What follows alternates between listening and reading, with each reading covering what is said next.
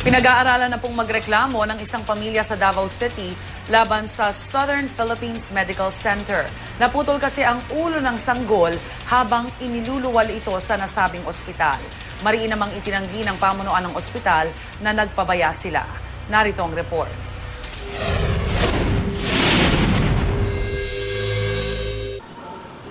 Labis ang pagdadalamhati ng mag-asawang ito sa Davao City nang malamang patay na ang kanilang bagong silang na panganay.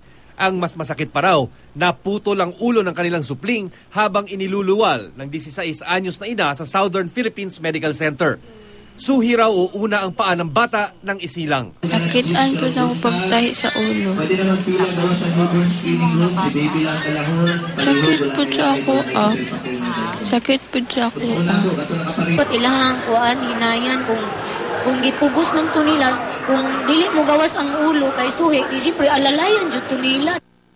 Pero ayon sa pamunuan ng Southern Philippines Medical Center, patay na raw talagang sanggol sa sinapupunan pa lamang ng ina.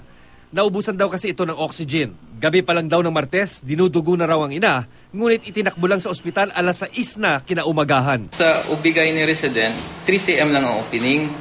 So ang head sa bata, more than 3 cm, so dili na nato mapagawas. Uging ana, so naipit ang liog. 7 buwan pa lang din daw sa sinapupunan ng sanggol at di na isinailalim sa cesarean section ng ina dahil mababa na raw noon ang tsansang mabuhay ng bata. Dili yun mabuhi ang pasyente po dato, ang baby, di mabuhi in the first place kay 400 grams lang, so dili sa viable. Pinag-aaralan na ngayon ng pamilyang magsampa ng reklamo laban sa ospital. Kaya na ako kasi.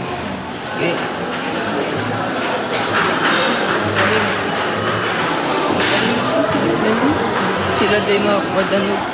Handa naman daw ang ospital na harapin ang reklamo. Para sa Unang Balita, Chino Gaston reporting.